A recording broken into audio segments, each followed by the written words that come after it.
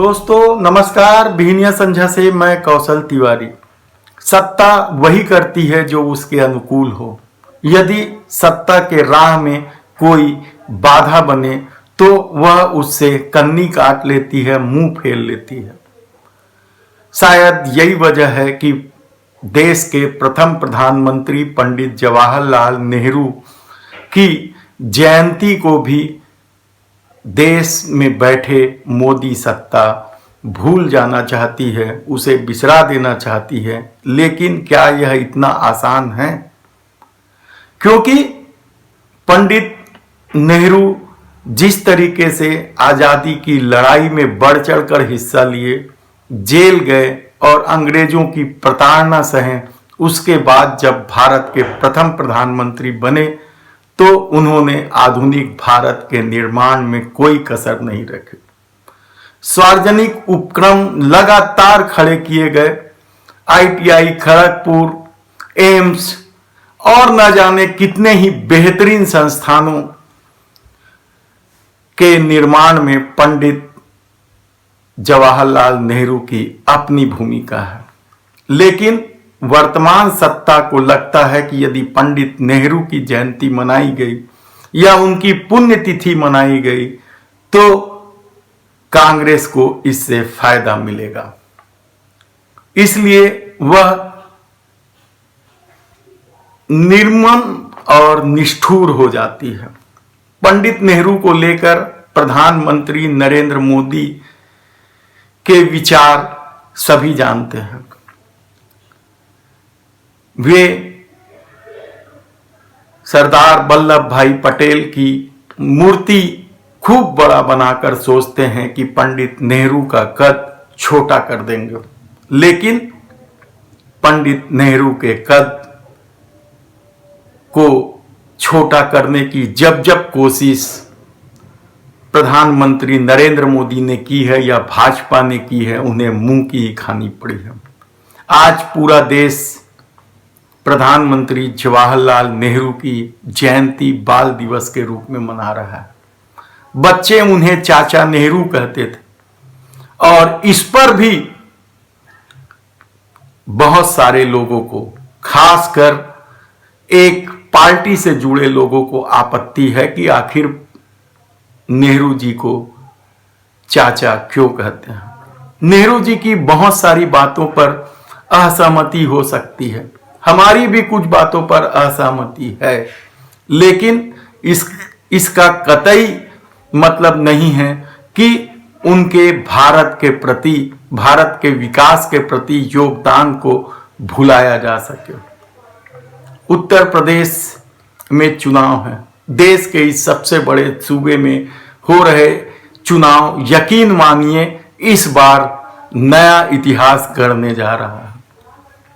वह इतिहास कौन लिखेगा, किसके हाथों गढ़ा जाएगा, यह 2022 के मार्च के बाद ही पता चलेगा।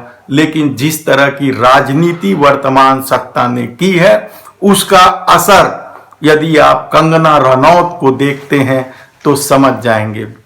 कंगना रनौत की टिप्पणी निसंदेह उन लोगों के लिए पीड़ादायक है जो आजादी की लड़ाई के वंशज हैं। कंगना रनौत फिर पलटवार करती है अपनी आलोचना पर कि कोई बताए 1947 में कौन सी लड़ाई लड़ी गई।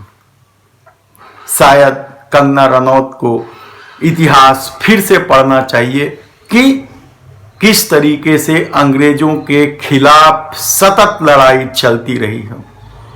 यदि कंगना रनौत लड़ाई का मतलब बंदूक, भाला, तीर, तलवार को समझती हैं तो हैरानी नहीं होनी चाहिए, क्योंकि पंडित नेहरू ने यह बात बहुत पहले ही कह दिया था कि मेरे पास वयस्कों के लिए समय नहीं हो, लेकिन मेरे पास बच्चों के लिए पर्याप्त समय है।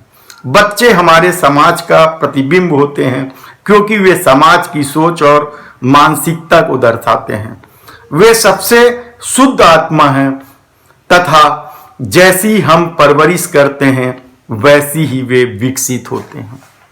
इसका मतलब साफ है कि नफरत के बीज जो सालों से बोया जाता रहा है एक संस्था द्वारा, शायद वह सबसे बड़ी सांस्कृतिक संगठन हो सकता है, शायद वो विश्व की सबसे बड़ी पार्टी हो सकता है, शायद वह कट्टरपंथियों के जमात का हिस्सा हो सकते हैं। लेकिन यकीन मानिए, इस तरीके से सवाल और इस तरीके से नफरत की राजनीति पर सत्ता यदि पद्मश्री का पुरस्कार भी दे देती है तो इसका मतलब साफ है कि इस देश की परिस्थितियां कठिन दौर पर आ पहुंची है। इस देश का लोकतंत्र शर्मसार होने लगा है।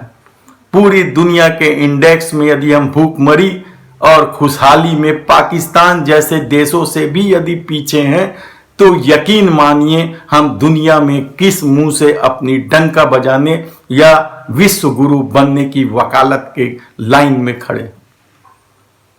आप यकीन नहीं करेंगे, वर्तमान दौर बेहद कठिन दौर है। इस दौर में सत्ता ने एक भ्रम जाल फैला रखा है कि वह जो भी करती है वह देश हित में करती है। तो इसकी समीक्षा क्यों नहीं होनी चाहिए? क्या नोटबंदी देश हित में था? नोटबंदी के लाइन में 149 लोग मरे तो क्या वे देश हित में थे? तो उन्हें शहीद का दर्जा सत्ता क्यों नहीं देती है? भीषण कोरोना की महामारी का नरसंहार और लॉकडाउन का विलंब से लिया गया फैसला, सत्ता की लापरवाही क्या देश हित में मानी जानी चाहिए?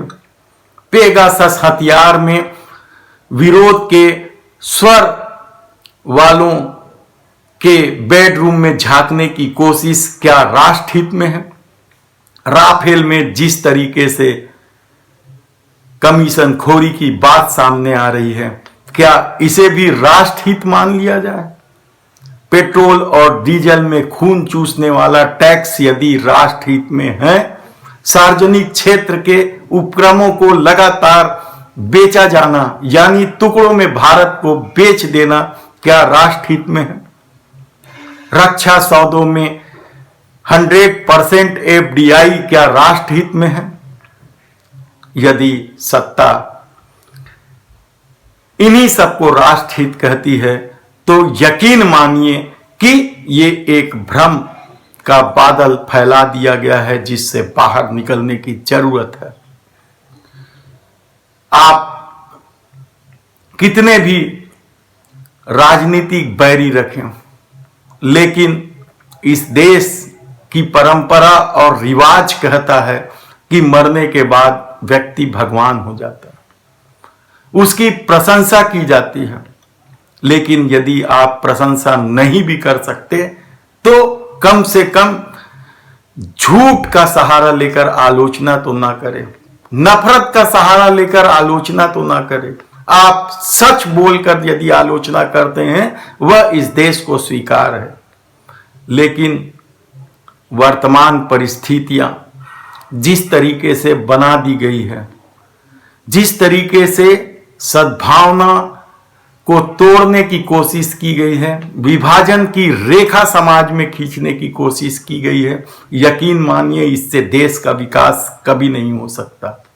तब आज यदि बहुत सारे लोग, इस देश के बहुत बड़ी संख्या में लोग यदि भारत के पहले प्रधानमंत्री जवाहरलाल नेहरू को याद कर रहे हैं, उनकी छोटी छोटी घटना को याद कर रहे हैं, उनके निराश्रित कैंपों में जाकर एक बुढ़िया के हाथों में झापड़ खाना याद कर रहे हैं,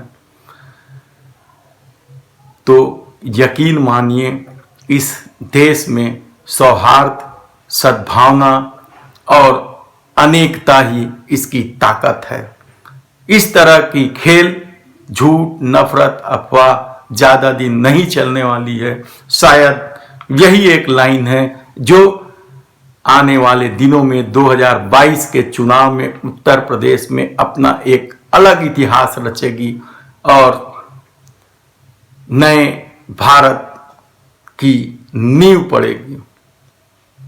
पंडित जवाहरलाल नेहरू कि इस जयंती पर उन्हें श्रद्धांजलि देते हुए यदि छत्तीसगढ़ सरकार ने राष्ट्रीय शिक्षा समागम का आयोजन किया है तो केंद्र की सत्ता को भी सारे बैर भाव भुलाकर पंडित जवाहरलाल नेहरू की जयंती पर एक बड़ा आयोजन करना चाहिए था, क्योंकि जिस सार्वजनिक उपक्रमों को वह बेच रही है वो पंडित जवाहरलाल नेहरू, लाल बहादुर शास्त्री, इंदिरा गांधी और उन्हीं जैसे तमाम प्रधानमंत्रियों के दौर के हैं। तब कंगना रनौत को पद्मश्री देकर यदि भाजपा ये सोचती है कि यह सत्ता बनाने के अनुकूल है तो फिर इसका मतलब आप खुद समझिए। धन्यवाद।